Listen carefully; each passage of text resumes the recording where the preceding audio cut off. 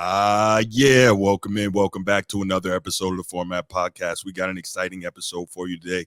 And as you can see, I am not by myself. I am joined by the host of the Always Irish Notre Dame Football Podcast because, well, it's spring football time, guys. That's what it is. And John Kennedy, and he's going to join us today to talk Notre Dame football, talk about why, for whatever reason, they are so hated throughout the country, and also talk about what he's seeing in spring ball and a little bit of early expectations for this season. But before we get to that, you know what time it is. If you're here on YouTube and you haven't already, please make sure you go ahead, click that like, that subscribe, that notification bell. Make sure you're kept up to date whenever we drop new content on the channel. If you want the audio only version of the podcast, open up your audio podcast platform, hit the search bar, type in the Format Podcast, and we should come right up. If you're enjoying the content, make sure you give us that like, that 5-star review, and drop a comment. All that stuff helps us rise in the algorithm, helps us find more sports fans, helps more sports fans find us. And finally, make sure you write it down, put it in your phone, set an alarm, do whatever you got to do to remember. Saturday nights at 7 p.m. we are live here on the Format Podcast, and we'll give you the opportunity to call in, talk to us, get at me. I love it. I can't wait. So you're up there in Chicago, which is the closest big city to University of Notre Dame, and I know they've got a pretty strong fan base and alumni base and all that stuff, and I know you have some connections and stuff over there. What are you hearing about spring football at Notre Dame, especially the quarterback situation? We obviously know that is going to be the big problem. Last season, we had Sam Hartman come in as a 6-year senior from Wake Forest, and most of us were pretty excited about that. I had some questions about it. I wasn't too sure, but at least we knew we had an experienced guy who could throw the football. And now we bring in Riley Leonard, former Duke quarterback, through the transfer portal. And now he's injured. I think he just had surgery, right? Ankle surgery. Am I right on that? Yeah. And so, yeah. And so now what are you hearing about Notre Dame spring football, most especially the quarterback position, which is that's at all levels of football. That's the one you need to have big success. Yeah. There is frustration. Notre Dame was well aware of the original ankle problem Riley Leonard had. And the reason why they're aware of it is because they caused it. In the last game, in the last play of Notre Dame Duke last year, he got rolled up on it. It was super unfortunate. It was literally the last play. Right. However, they thought that got cleaned up. There was surgery done before he came to Notre Dame. They thought that got cleaned up. There was a complication. They had to go back in there, and that was unfortunate. And then something else happened, and that was also unfortunate. Yeah, so there's some anxiety there about the medicals and how that all went. My recent update from people, it's an impeccable source, I trust 100% on this, is he's already back throwing. They expect a clean bill of health, and in 4 to 6 weeks, he'll be fine. Come into August, and he's good to go. They don't expect any complications unless something else happens. Benjamin Morrison's little shoulder here is actually, I'm told, a longer-term concern than Riley Leonard's situation. Uh-oh. He's one of the best defensive backs in the country, too. Hey, when I inquired about Riley Leonard to my guy, I got back, there's a little more concern about the timeline on Morrison coming back on that shoulder than Riley Leonard, but the quarterback's always going to get more heat. That's the way it goes. Yeah. The bigger picture plan is if Riley Leonard's healthy, they want him to be the starter. You don't go get a dude, give him NIL money on his last year if you don't want that to be the reality. But what you have now is Notre Dame starting to build some actual quarterback depth with some real high-end potential. And that's new. Notre Dame has not had decent quarterback depth that is acceptable to me in about 25, 30 years.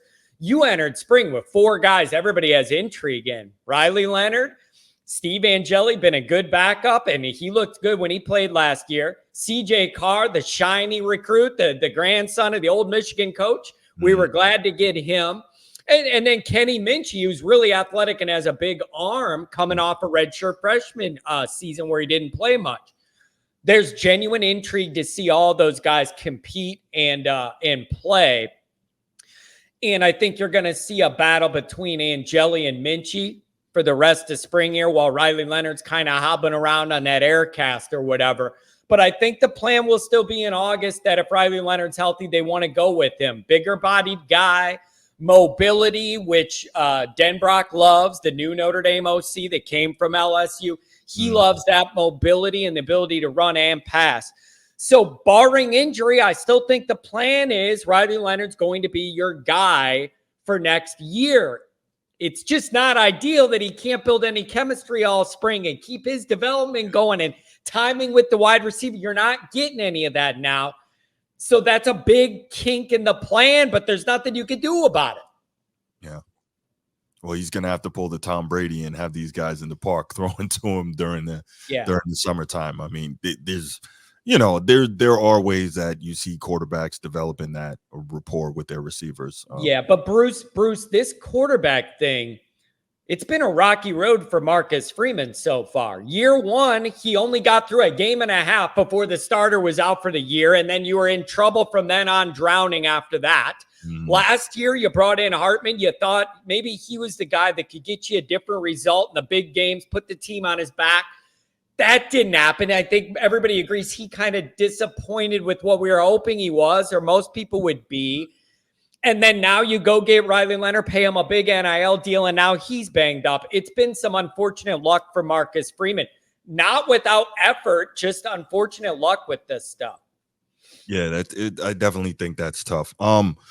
So going along with the receivers, with the quarterbacks, obviously they need somebody to throw it to. And game-breaking receiver has been another point of weakness for Notre Dame for the last pretty much how long I can remember, right? I'm trying to think.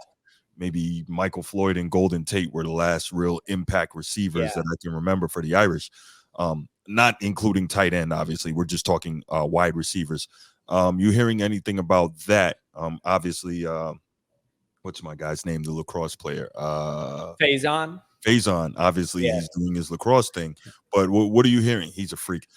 What are we hearing about the wide receiver room? Well, and first I'm going hope for an impact guy this season. First, I'm going to tell you what I think, and then I'm going to tell you what I'm hearing, because there are a couple different things here. Okay. This wide receiver room has been in such bad shape for so long in terms of recruiting, retention, and development. That's right. For so long. I don't care what news clippings I read. I got to see it before I believe it, to believe that this is a unit that can really take Notre Dame's offense to the next level. I'm not believing anything I read and all the hype from spring. I believe it when I see it with that group. That being said, they are slowly trying to build more depth, have some higher end contributors. You mentioned Jordan Faison. Bruce, that is really, really good and really, really bad. The fact that you're the first wide receiver that comes to your mind when we mention Notre Dame football is a guy that was a walk-on running the practice routes, and he came to Notre Dame to play another sport. That's a red flag. I'm glad we found it because he's special and he's unique. But it's a red flag how we found him. He only got his chance because Notre Dame's recruiting and depth have been so bad that they had to go there. So that's good and bad, but it tells you where they were coming from, that a lacrosse guy was your most electric target last year. So aside from that, you got Cam Williams, the hot shot from my way in Chicago, and he's young and he's raw, but he's gifted. Micah Gilbert is getting a lot of press this spring, and he's a freshman that didn't get a lot of noise compared to Williams. He's making plays everywhere. You got Bo Collins coming over from Clemson, a big-bodied, like possession type guy over the middle. You see what he could do. Jaden Thomas is a guy we forget about last year. He was supposed to be the reliable target. He had a hamstring, and it hamstrung him all year. So you had a lot of just banged up guys that couldn't recover. Jaden Greathouse is another younger guy. He'll be in his second year. How does he develop? Rico Flores.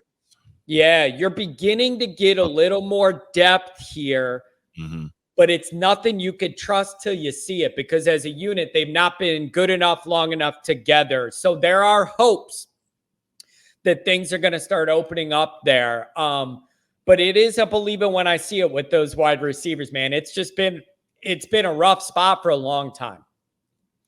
There you go. There you go. So one of the positions that Notre Dame is known for is tight end. And normally you pump them out one after the next. And I am curious to know who's going to be that next guy. Anything you're hearing on that? Yeah, this is dicey territory, Bruce. I was talking to in a while. I can think that I don't know who is going to be that impact tight end. Yeah, I was talking about this with Mike Goolsby, a former Notre Dame captain that I do at my Patreon show with. I was talking to him about this, and he asked, John, why am I not hearing people ask questions about this tight end situation? It's a little dicey right now. And my response to him was, Notre Dame fans are so used to just every next tight end is an NFL guy. They're not even worried about it because they figure whoever the name is, it's going to be an NFL guy that's good enough. Right. Here's the issue you got. Mitch Evans and Eli Raridon are your two most gifted tight ends that are like NFL guys. Raridon can be really special as a receiving threat. Neither one of them are healthy. I was about to say he's coming off injury last year. Yeah, neither one of those guys are fully healthy. And then you have younger guys below them that are nowhere near ready or at that level yet. So we're in spring. I'm not freaking out about it, but Evans and the two that are the next guys that are going to be on that NFL target radar, neither one of them's healthy right now. So you gotta, I guess, be patient and see how that develops. And then the other thing right now is Notre Dame's running backs. That's where I'm not worried. I got worries a lot of these other places. Notre Dame's got some really gifted athletic backs that have a burst we haven't seen in a long time. And I think they're going to open some eyes this year. J.D. Price coming off his injury. He's fully healthy. Jeremiah Love and those freshmen, Kedron Young, Anais Williams. These are all guys with SEC burst. You know what I'm saying? That I'm not used to at Notre Dame. Yeah. It hurts to lose Estimate, your big banger. It sure does. It does, but you're gaining guys where if they have a little crease in one block, it ain't 30 yards, it's 7 points. That is the difference with these young athletic running backs. And then, Bruce, the biggest question for me on offense is how is that offensive line going to come together? You go on the road in the SEC in a night game week 1, I need that O-line to be ready to go. Yeah. They don't need to be fully formed, a perfect unit like they will later in the year. You got to be good enough to hold up against some fast SEC defensive players week 1. With an outstanding defensive coach in Mike Elko. There you go. And you lost both your tackles now, Bruce. That gives me anxiety. You can move things around inside. You lose my protectors on each end. I'm going to have a little anxiety till I see that those guys can hold up. And that's another area where the lineage alone gives Notre Dame fans a sense of comfort because they believe in that O-line U thing. I'm a little anxious about that. There's a lot of moving parts there. And Bruce, here's where this all comes full circle. We've discussed that offense. What does Mike Denbrock's addition provide this offense? His 40 years of experience, just coming off a Heisman winning guy at LSU under his leadership. What is his vision change in this offense? How much more diverse can they be? Can they be more attacking, take more chances, set up more matchups that are favorable for our guys? That's a big question for me. Is Mike Denbrock coming home for his third go-around in Notre Dame? What's going to look different at that offense? I love the fact that Notre Dame and Marcus Freeman in particular has two veteran coordinators that can take a lot of the pressure off of him, and as well, they can guide him, in the game prep leading up to game day. And so I think all of that is going to help him to make the right decisions and to see the things, for instance, see things like 10 men on the field for 2 plays against Ohio State. You know what I mean? And so having those two veteran guys, I think is going to be a really great thing for Marcus Freeman as he continues to grow and develop as a head coach. This is how you properly support an inexperienced young coach, Bruce. That's right. This is how you support him with veteran guys that have skins on the wall that you trust, leading the offense and the defense. Here's the key part about this, Bruce. Neither of those guys have any egos. They're not using Notre Dame for a year and then springboarding that into a head job somewhere, and they want to use Notre Dame to position themselves. These are guys that have low ego. They want to just go run their part, do their job, prop up Freeman as the CEO, as the star. I love the fact that they don't have egos. Both these guys want to end their careers at Notre Dame and support Marcus. This is how you provide a support system that can help leverage this young and experienced coach, get him to the next level. And it's more important to me on offense than defense, because Freeman's a defensive coordinator. He needs more help on offense. And last year you had Parker, who was trying to do it on the fly too. Mm-hmm. So this should be a much more stable situation. And that's what I'm open to see. Right. Side note, as you were talking about the wide receiver room, it actually came to me that there are some things hopefully to look forward to in the future as well, with Elijah Burris committing. And for those of you who don't know, that is the son of former longtime NFL wide receiver and Super Bowl champion Plaxico Burris. And I know he wasn't happy about that, being a Spartan. He wasn't happy about Elijah Burris committing to Notre Dame. Also, Jerome Bettis Jr., son of the bus. I don't know what we can call him, the van, or I don't know. But the bus's son, Jerome Bettis Jr., he's committed to Notre Dame as a wide receiver as well. So definitely you got Bryant Young's kid on the defensive line, who is NFL royalty and Notre Dame royalty. Hall of Famer. And then don't forget about Brian Urlacher's kid on defense. Oh, I did forget about that. He's an early enrollee, so now you got Urlacher's kid running around out there. We got an all-pro team here, man, of the dads out in the quad throwing the ball around. That's right. Dude, there's something to that. When you talk to these people, they'll say, if you got a few recruits that you grade out that are of similar status in your mind, I'm going to lean towards the one whose dad has NFL all-pro lineage, because them genes run long. And if I have guys that are close, I'm going to give that scholarship to the guy that's Urlacher's kid. I understand the theory. Yeah, absolutely. Yeah, it's good stuff. And of course, you've got Deuce Knight, I think class of 2025, out of Mississippi. He is probably different. I was about to say, if he lives up to the hype, he may be, the best quarterback prospect that Notre Dame's ever had in terms of the size, the strength, the mobility, the arms, all of that. 100%. The physical traits. That's right. You know what it is, Bruce? He's an SEC quarterback. This is what I pictured. That frame is of like an LSU and Ole Miss. Like, he is that freak athlete down south SEC quarterback. And you know what happened? Mississippi, so there it is. You know what happened? He fell in love with Notre Dame. He looks at Marcus as a father figure. The mom's buying into the old Notre Dame thing. And Bruce, here's the other thing, man. This is not lost on me. He's a good student. You know me. I'm a historian with Notre Dame. Yeah. The last time Notre Dame won a championship, what was their quarterback situation? Oh, I know what it was. They went down south to a place where Notre Dame usually pulls no kids out of. Tony Rice. And they went down there and found a really gifted, athletic, pure-hearted African-American kid, pulled him out of the south, brought him to Notre Dame, and it all came together and they won a championship. It ain't lost on me that we're revisiting this path. There's a lot of overlap, Bruce. There's a lot of overlap. The only time Brian Kelly would have visited this kid is on the plane flying over his high school to go to a golf course. This is the type of recruiting effort you didn't get. Finding these gems in parts of the country Notre Dame should not have a foothold. And now you got Lane Kiffin knocking on his door every day down there going, hey, come on, why don't be leaving the South? We'll give you whatever you need. Right. He's different, Bruce. He's very raw, but he has the physical gifts Notre Dame fans aren't even prepared to be able to look at. I love it.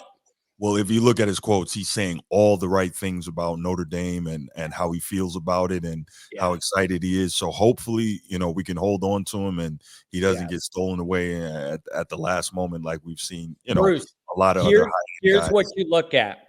on social media, seeing him recruiting these other guys, saying, "Come on, bro, take a visit, come join us."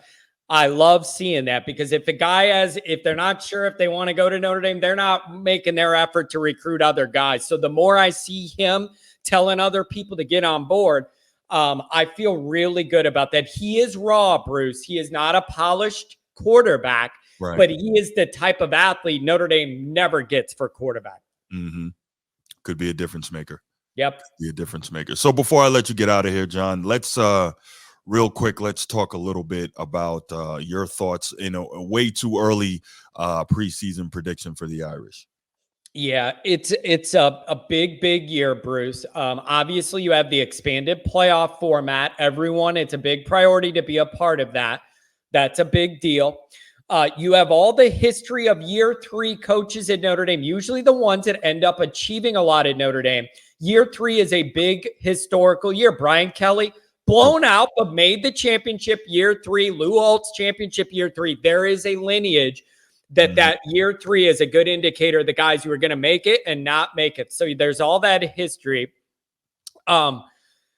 It's a big year, Bruce. On my show, when I talk, take their calls, take their super chats, whatever. People are eyeballing 11-1 and hosting a playoff game the last week of December as like the appropriate outcome here to feel like this is going in the right direction. You got to make that playoff, whether that's 10-2, 11-1, whatever it is. That's the bar. Yeah, absolutely. It's the bar. It's the only bar. Like Freeman being new, and do you give him leeway? You need to make the playoff to be considered a success, whatever that record looks like. You have to make a playoff. 11-1 is where I'm at. This schedule is set up a lot more favorably than last year's. You're not going to multiple countries, playing 8 weeks with no bye, having 4 night games against undefeated teams all in a row in prime time. You're not having that this year. The spacing out is a lot different. And so people are expecting big time results. And Bruce, that defense, we talked about that offense. That defense, that's a top 10, top 5 unit, and they are expected to deliver that kind of shutdown performance. You've got 2 guys on the back end of that defense that you can't throw it anywhere near, or they're gonna take it from you. And so that does a lot in terms of opening up things for the front 4. Let's run down real quick Notre Dame's schedule. So they open up at Texas A&M. You spoke about that earlier. Oh, baby. Bruce, it's a must win that isn't a must win, but it feels like a must win. That's the reality. Absolutely. Yep. Northern Illinois, Purdue.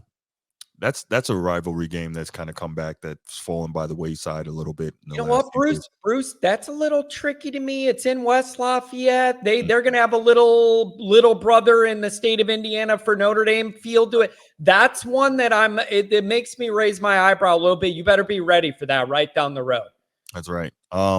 Miami of Ohio, I'll be at that game with you. Oh yeah, baby. The Always Irish tailgate game, man. We're going to live it up. Yep, looking forward to that one. Louisville, then the circle it. Yeah, you know what? Yeah, after what they did to Notre Dame last year, that was tough. Then you've got the bye week. Then you've got Stanford, who I will forever hold terrible hatred in my heart for, because man, 2 years ago I made my first ever trip to South Bend and watch Notre Dame play Stanford, and that was David Shaw's final game as well, not his final game, but his final game against Notre Dame. And Stanford pulls the upset and ruins my trip. So Bruce, we had such a good day, man. The weather was perfect. Remember, we were hanging out. Everything was great until the game started. That's right. That's right. Terrible. So after that, Georgia Tech, then Navy. Again, always tricky, that damn triple option. By Florida State. That one should be interesting. Florida State, obviously, we know they're a team that's going to have a lot of talent. We know they're well coached, so going to have to be careful with that one. But it is at Notre Dame, and it is in November, so might have some little weather playing a role there. Oh yeah. Virginia, Army, and finish out at Southern Cal. So I'd say a manageable schedule. Couple of games you got to be careful of. I would love to see Notre Dame and Florida State both undefeated going into that one. Was that week 10? I would love to see both of them undefeated going into that one, because a win over Florida State, that would do very well for Notre Dame in terms of the rankings. But again, the rankings only matter but so much for Notre Dame, since they can't get any higher than the 5th seed. But obviously you want to get into that top 12. But not a brutal schedule overall, but manageable. Yeah. And yeah, it looks good. Yeah, I think the reality of this is that week one result is going to get magnified because week one results always do. You know, that's what you look forward to all summer. It's a big matchup against A&M that's going to be blown up.